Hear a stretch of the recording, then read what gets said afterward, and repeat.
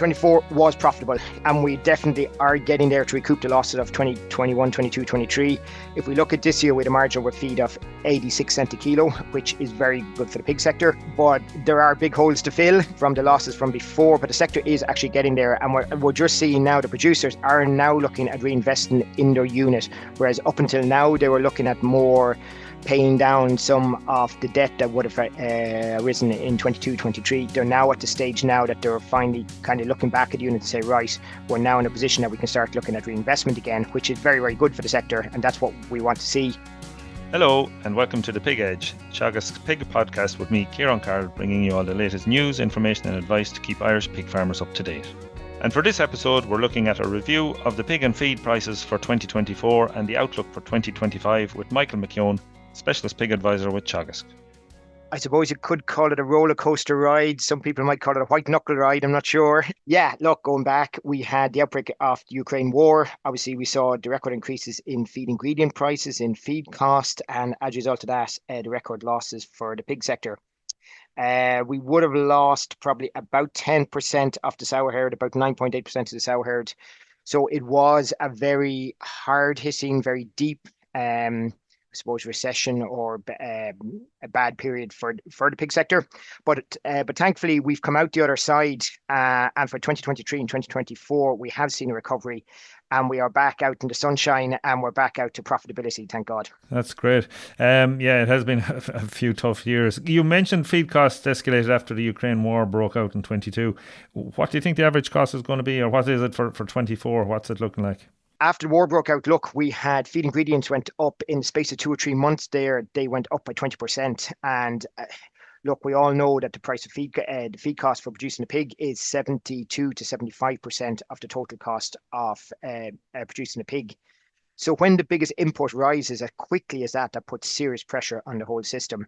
So if we go back, I suppose 2021, if we start there, the feed cost was 118 cents a kilo. We saw the massive rise then in 2022, where it jumped from 118 up to 156 cents a kilo. And then since then, it has eased back, and we would estimate it's going to be 134 for 2024. So it's gone from a high of 156 back to 134. And this is really because feed ingredient prices have eased back. Now, there's still a bit of a lag phase, I suppose, for competent feed. It didn't go up as fast when the outbreak broke out, and it's probably a little bit slower to come fully back since then. But overall, looking at feed ingredients, it is looking quite good. US maize harvest is just finished, and they reckon it could be the third highest harvest of all time in the US, which is very good news because that'll help the wheat price. The US wheat plantings there are nearly finished in the US. It was looking very bad there for a while. They got a lot of rain then in the last couple of weeks, and that's changed around the situation there, and the rating there has gone up to the mid-50s, which is very, very good. I suppose looking further from that, we still have the issue with the Ukrainian war, and Ukraine and Russia exports are still extremely important for feed ingredient prices. There's still a big volume being exported out to the Black Sea from the Ukraine and from Russia, and this is very, very important for feed ingredient prices because the Russian wheat generally is the lowest cost wheat on the market. So if anything was to happen, that you would see a spike very, very quickly in wheat prices. So overall, feed ingredient prices are down probably close to pre-war price, the pre-war cost of ingredients. And as I said, we estimate feed cost will be 134 for 2024, and maybe even back to 130 for 2025. So obviously, as you've mentioned, feed is an important cost. And the other side of the coin then is pig price. Where is that at the moment, and how is the year looking like averaging out? Yeah, the pig price, and that I suppose is really where we saw the losses for 2022, in that the feed ingredient prices moved, but the pig price didn't move. So obviously, if you have one moving and the other's not moving, you're into a squeeze very, very quickly. So since then, the pig price, has jumped up. We hit the a high peak in 2024 of €2.40 a kilo, and this was a big help because it has helped to cover the losses there, as we said, for the 21 months of consecutive losses that we had for 22 and into 23. So currently, to answer your question, the pig price is 208 cents a kilo, and we reckon for 2024 it'll average about 220. So last year was 224. and this year we reckon it'll be 220. So more or less the same as last year. Okay, so good high price then again this year in 2024. Was this in response to higher input costs? Yeah, I suppose that was some of it. When you have a jump on the input side of things, you will naturally have a jump in the price side of things. There's usually a lag phase, as we saw that for a couple of months, but generally one will respond to the other. Like the market will find its own level, as the saying goes. The other side of it, I suppose, is the supply. The pig meat supply is well down. Europe as a whole would have lost nearly a million sows in 22-23 period of time. So that's a loss of about 9.4% of the total amount of sows all across Europe. Or in layman's terms, that's equivalent to about 25 to 26 million pigs less on the market. So that's a huge volume of pigs less in the market. And we would have seen the same in Ireland. We would have fallen from a slaughtering about 3.95 million sows in 2021 to 3.58 in 2024. So drop about 10% there. And we wouldn't have been the worst. Like the Danes would have seen slaughterings dropping there by 18 to 20%. So it's probably the high pig price is more related to the volume, the lack of volume coming through in the market as much as anything else. The last time we had really high prices, not as high as we've seen this year, but we had really high prices, was down to a lot of high exports to China, I suppose. What's the current state of play there? Yeah, I suppose going back to the history books and pulling out the history books, African swine fever broke there in 2018. This caused a massive cull of their sow herd there. They had to import then a huge amount of pig meat because pig meat would be the biggest used meat or biggest consumed meat in the Chinese market. So it's different from, I suppose, Europe or North America, where we consume a lot of beef and chicken. In China, it's more pig meat. About 60% of the total volume of meat consumed in China is the pig. So therefore, that has a big effect on if they're not getting enough pigs in, that's going to cause a spike in prices. And that's what happened after the African swine fever in 2018. Since then, they've been on a bit of a roller coaster. They had low supply, went up to oversupply. The pig price there crashed and it's fallen back down again, and now it's come back up again. So it's up and down and up and down. So it's kind of stabilized now at the moment. The Chinese reckon they have about 40 million sows.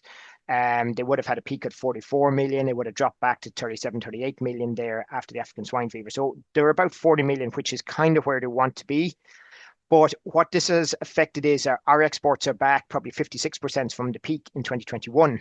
So we're back a good bit in supply. So our pig price now isn't being driven as much by the Chinese demand as it would have been previously, but it's still an important market. We still export about 23% of the total amount of pig meat we produce to China. So it is still a very important market, but it's not the level of Chinese imports isn't really what's driving the pig price now at the moment. It's more the tight supply across Europe.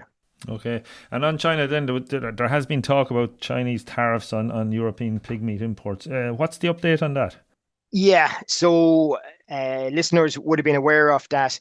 There has been a tariff imposed on Chinese electric cars that have come into Europe. There was a fear from the European car manufacturers that the Chinese cars were undercutting the sector here. So as a result of that, the EU have imposed a tariff on Chinese electric cars coming in. So in response to that, China has looked at whether they're going to put a tariff on the imports of pig meat from Europe. And they're still looking at that. They're really looking at three of the largest processors in Europe there at the moment, from Denmark, Netherlands, and Spain, and seeing are they going to put a tariff on the pig meat really from these countries, but in effect it would be for the whole of Europe. So it's difficult to say whether it's going to come in or not. There is a feeling that some of the drop in pig prices that we've had over the last 2 months have been attributed to trying to price in some degree of tariffs coming in. So maybe that these tariffs might come in at 10%, and therefore that's why we have seen the pig price drop in the last 2 to 3 months there to price in that fall in the market already. So overall, if we get back to 24 profitable year, was it enough to recoup the losses from 21-22? Yep, so 2024 was profitable. It was, and we definitely are getting there to recoup the losses of 2021, 22, 23.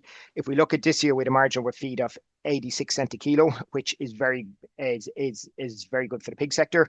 But there are big holes to fill from the losses from before. But the sector is actually getting there, and we're just seeing now the the producers are now looking at reinvesting in their unit, whereas up until now they were looking at more paying down some of the debt that would have arisen in 22, 23. They're now at the stage now that they're finally kind of looking back at the unit and say, right, we're now in a position that we can start looking at reinvestment again, which is very, very good for the sector. And that's what we want to see.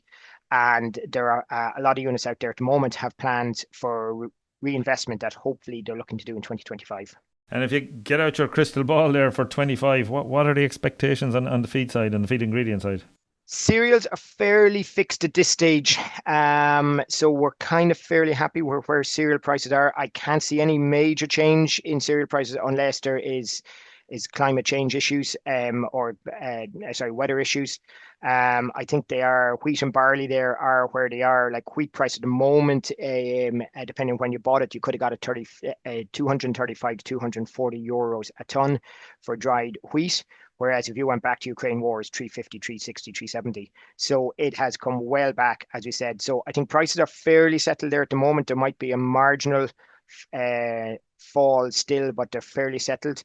Soybean price has fallen. It's back about to 370, 380. A lot of people would have bought it at, and it is very good value. A lot of people would have locked in at 370 for all of 2025. So it is good value there at the moment compared to where it had been before. Looking at plantings, I suppose it's a long way to go before harvest, but generally, as we said about the US there and the Brazilian soybean, the plantings have gone well. And you would hope there, for example, in Brazil, if they hit their targets for planting and the weather is reasonably good, they might be able to hit their target there of 165 million tons of soybean, which would be a record high for them. And that would be good for feed prices then for the rest of the world. Okay, so it's fair to say it's a kind of a stable outlook for 25. And if so, how will this affect pig feed costs? So if the feed ingredients are stable, you would say that it is going to be relatively stable for feed costs. Certainly the first half of the year is going to be relatively stable. Then it's really going to come down to the harvest in the Northern Hemisphere then from the second half of the year onwards. The other side of things is there's probably a growing interest in contract milling for the pig sector. And pig producers are working with their compound mills there to lock in feed prices or feed ingredient prices when they're good and lock them in, say, for 6 or 9 months that the mill will buy on behalf of the pig producers and lock it in from that point of view. So that takes a little bit of risk out of it for both parties. And that's something we're probably going to see more of. So that in itself may help to reduce feed prices going forward, just that slight change in the way that the business is being done. But overall, I suppose for 2025, we're predicting there'll be a marginal fall. But it's for 2024, we were 134 cent a kilo.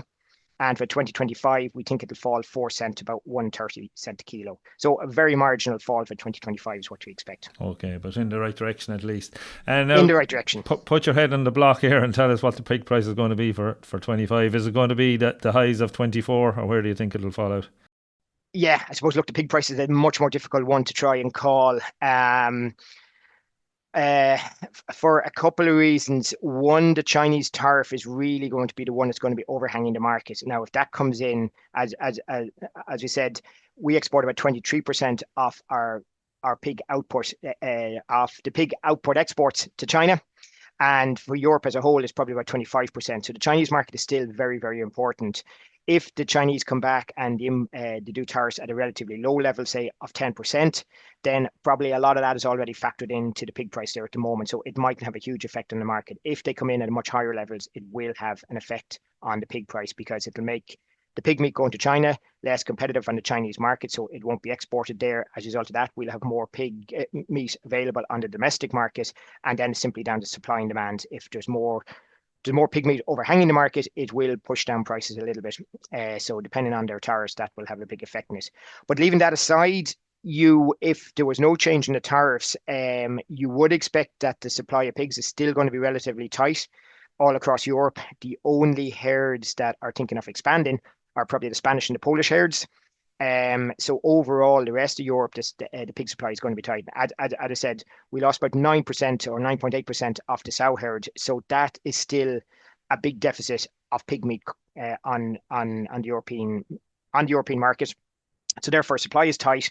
And if there was no effect from tariffs, we would say that the pig price will be relatively stable going forward at maybe €2 a kilo, somewhere around that for 2025. But again, it all depends on the tariffs from China. Okay, so basically, can I take from what you're saying that the marginal decrease in feed costs, marginal decrease in pig prices will still generate a reasonable profit in 2025? If we have a fair wind behind us, I think it will still be profitable. And as I said, leaving the tariffs aside, if we could say it is going to be profitable in 2025, look, the sector is in a much, much better space than it was going back the last couple of years. The sector is looking at reinvestment there for housing, for better housing, for upgrading the housing. So it's in a much, much stronger, I suppose, financially positioned than it had been before. We'd hope the margin over feed will be in the region maybe of 70 to 72 cent a kilo, while it was 86 cent in 2024. If we can get 70, 72 cent margin over feed, it would still be a relatively profitable year, be moderately profitable for 2025. So that's something, look, I'd say we have to be optimistic about. That's great. Michael, thanks very much. Thanks for joining us today. No problem. Thank you very much. That's it for this episode of The Pig Edge, and my thanks to Michael McKeon for joining me on the show. Don't forget to listen and follow on Spotify, Apple, or wherever you get your podcast from so you never miss an episode. And for more information on the Pig Development Department, go to teagasc.ie. I'm Ciarán Carroll. Thanks for listening.